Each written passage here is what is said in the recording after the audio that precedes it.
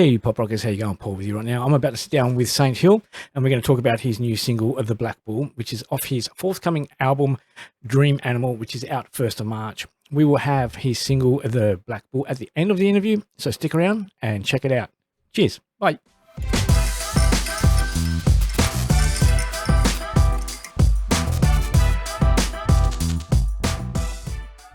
Welcome, Sainthill. Yeah, ready to go. Yeah. Yep. Welcome, Sainthill, to Pop Rock Radio. How are you? Good, Paul. Thank you. Thanks for having me. No, anytime. I've had a listen to your track. It's pretty great. It's pretty good. So awesome. Thank you. One thing that shocked me was before I'll let you tell us about the single in a moment. Yeah. This album, Dream Animal, is your fourth album? It is. Yeah. Yeah. Well, I'm actually surprised because I haven't really heard much about yourself or your music in the past until just recently, and then you jumped on board and said, "Come and have a chat." Well, not surprising. It's like I've made a lot of music and for a long time, but never, and I'm not too worried about it. I've never got like huge amounts of exposure. Like I'm just content. Yeah, chipping away, making music for whoever wants to listen. Yeah, and enjoying it while you do it. Oh, for sure. Yeah. I think I have to. Like it's one of those. Yeah, I just have to do it. Yeah, like, these songs just start piling up, and I got to put this into an album. Cool. Yeah. Before we get too far into it, I read in the bio, which I'll let you explain it in a second. I was wondering, before I read, I'm like, how did you come up with the name Sainthill? Sainthill. Then I read about it. It's a pretty groovy way of coming up with your name. Yeah, I kind of the story is it's my mum's maiden name. Yep. Which if society was different and we didn't always take the the guy's name historically, that might have been my name. So in a way, it's like it is my name, and the way it's spelt was there's like a sort of relative of mine who's dead now, but he was a costume designer, and his last name was Sainthill, but he spelt it fully like that, and he was a cool, interesting character, Loudon Sainthill. Yeah. So people can look up his costumes online. Yeah. So I thought, there's another creative person in my my family history. Yeah. And that's kind of where it all came from. Yeah. Because you're based in Melbourne, but originally from Tasmania. Is that correct? Yeah. Yeah. Yeah. That's right. Oh, right. So how long ago did you move from Tasmania? Is it? Yeah, 21 years now. Oh, wow. Yeah. Almost as long as I was spent in Hobart growing up. Oh, but, Did you create any? Did you create any music from Tasmania, or was it all from Victoria? So I started out there I went to art school. Yep. I was in some terrible bands in high school, sort of like new metal bands and stuff. And then got to art school and met a bunch of cool musicians and ended up in an instrumental band, a bit like Mogwai. Yep. But with like Boards of Canada mixed in. So definitely was playing music, and the music scene in Tassie in the 90s was really great. But Melbourne is the mecca, I think, for music, and eventually I was drawn. Yeah, you said music in Tassie in the 90s was great, but I think 90s music, no matter where you were, was great. Oh, yeah, for sure. Yeah. So I mean, that's my teen years there. Like growing up on grunge and like 90s hip hop, and it was all just great.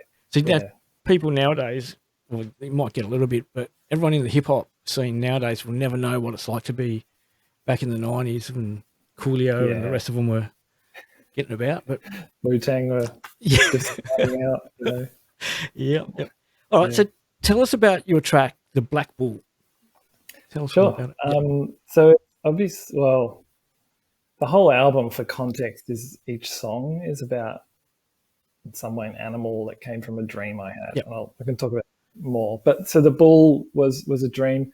I ended up using it as a metaphor for struggle, depression, overcoming something significant. So the character in the story deals or overcomes or maybe makes peace with the bull in this case. So when you sat down to write the song, because like you said, they come from dreams. Do you have like a book beside your bed when you wake up? You start jotting the stories down or the lyrics down, or is there any? I do actually. Well, it's an email thread to myself. Yeah. So I'll jump in it and hit reply to myself. Yeah. Just write, and there's like hundreds in there now. Yep.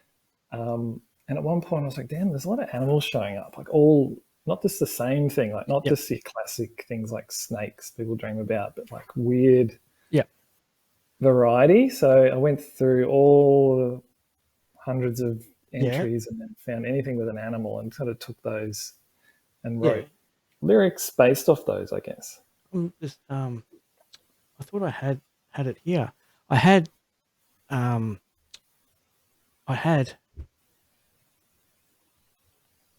all the album and all the songs. I think it's on your Instagram page. Yeah, I'm putting up a song a day up on Instagram. Oh yeah. Until the album comes out on Friday. Yeah, 1st of March. So everyone 1st of March. Put that in your calendars.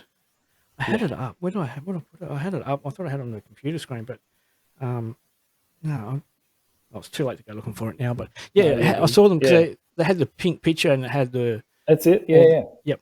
So would it be cool just to like as a countdown until the 1st, just like put out a little sneak preview of each song. Yep. So each track is from a dream from an animal. That's right. So does it tell a story from start to finish, or is it you can listen to it in any order? Any order, yeah. They're all separate. There's no overarching narrative. Each song, it's usually weird, but I usually would bring in some sort of metaphor or moralistic tale, you know. Yeah.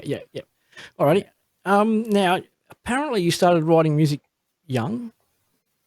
Is that correct? Yeah, I did. I remember I got my first guitar when I was it was like a nylon string acoustic when I was in grade 6, I think. Yep. And I had all this sheet music, and I'd sit there and I'd play. And I didn't know that I had Proud Mary. I remember this Credence and the sheet music. I'd never heard the song before. Yep. So I played the chords, but I made up my own melody, and I had I'd love to be able to hear what I was singing. Yeah. So that sort of started then, and then I'd sort of start recording. Yeah. I finally got an electric guitar and would record on cassette tapes. Yep. You know, dubbing one to the other and back and forth. Yep. Yeah, I know that feeling. Yeah, until you had about 3 or 4, and then the quality would just start to distort. Yeah. I remember I was into it. Yeah. I used to have a 4-track, a Tascam 4-track. Yeah. And so you put your tape in and you record like left and right channel, and you flip it over and would record the left and right channel and you'd play both sides. I never had a 4-track. Yeah. Although some of my favorite music was done on it, like Elliott Smith. I think his first album might have been done on a 4-track. Yeah. So kids nowadays, they won't enjoy the sound of tape or record. It's like now or like only being limited to, you know, I've got to get all in one take. Firstly, you can't be like editing stuff. Yeah. But you're limited to like 4 tracks to get your song done. Yeah, but it was fun back in the day. Now, I did find one of your tracks on Triple J on Earth. Oh, yeah. Which one was that? I can't remember off the top of my head. I think it's probably from my last album. Yeah. Might have put one up. Yeah, it was from a few years ago. Because I looked on YouTube as well, and I've seen your videos, and there's a gap between now and... Yeah, there is a gap. Yeah, obviously you've been busy. Yeah, well... Have I? I think I've been procrastinating. Yeah, because I started writing these songs and recording them like 5 years ago, and just then we got a pandemic. Yeah, we did. Yeah, yeah. Because again in your bio it says that you started recording this pre-pandemic. Yeah, 2018. Yeah, wow. Well pre, and then so I guess like a lot of people, the pandemic kind of changed things, slowed things down, and then after that, I sort of started to get to work, and then just the perfectionist streak came out, and I was labouring over tiny details that probably no one will ever hear. Did we hear any birds in any of the tracks? No, I don't think they got through, but that's a reference to the fact that I was recording at home. Yeah, You might be able to hear them now. There's always birds out there tweeting. Yeah, it's a good sound. And yeah, you have to wait till a certain time of night. They decide to all go to bed and we got recording. We got a bunch of a murder of crows.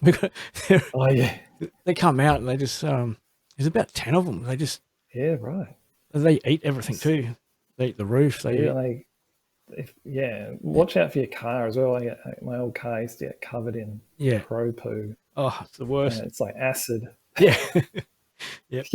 Hey, I'm gonna do a little segment. I haven't got the video up. I'll edit it in a second for the transition. But I normally do a little bit of a thing where we have 10 random questions that I wouldn't ask, and like a normal human probably wouldn't ask another adult. So I like it. Are you ready for this? This is what I call it. Get to know. Okay. I say this is like get to know Sainthill. So yeah, awesome. Okay. Alrighty.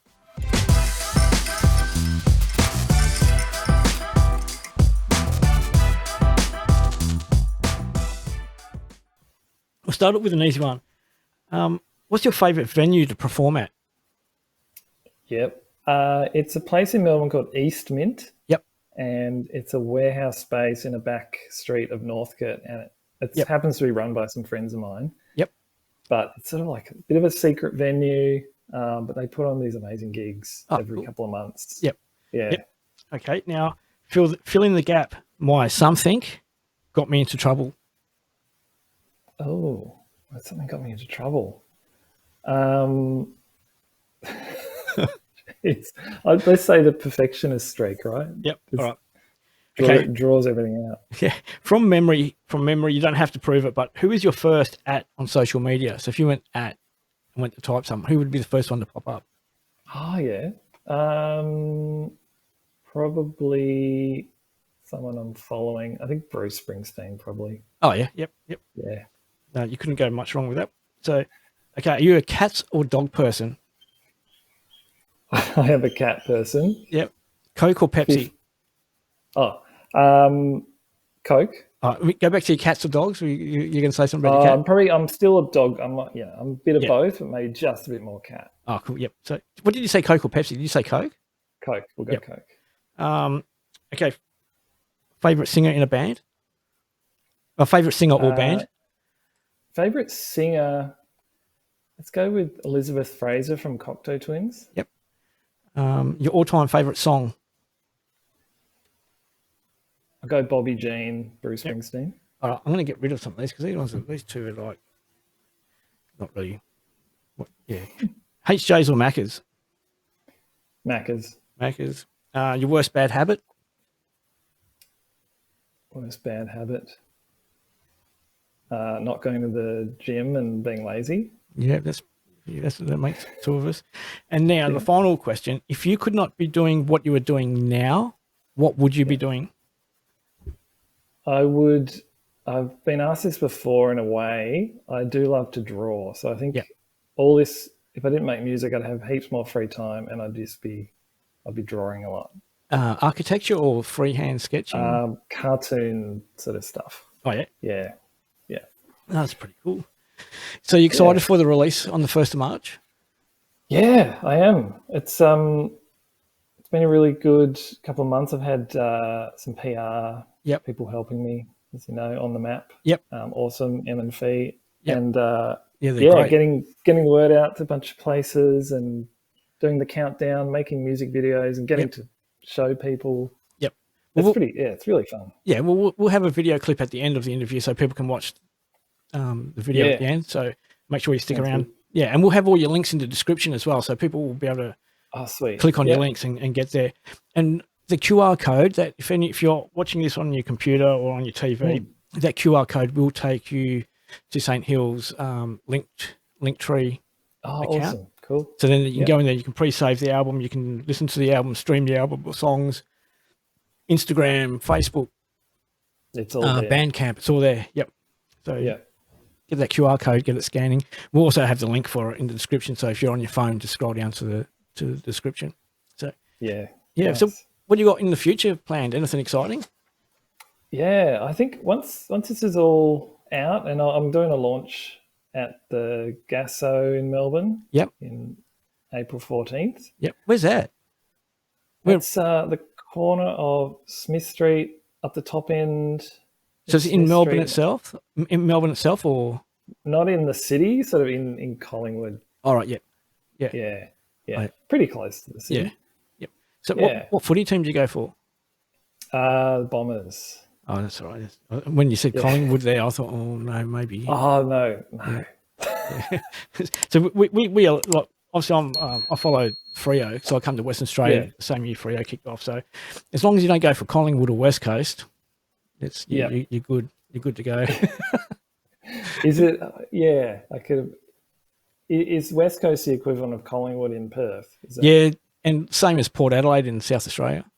Yeah, sure. Yeah. So you just leave them alone though. I think I'm safe then. Yeah. So well, you're pretty safe because I don't think the Bombers are going to be doing much this year.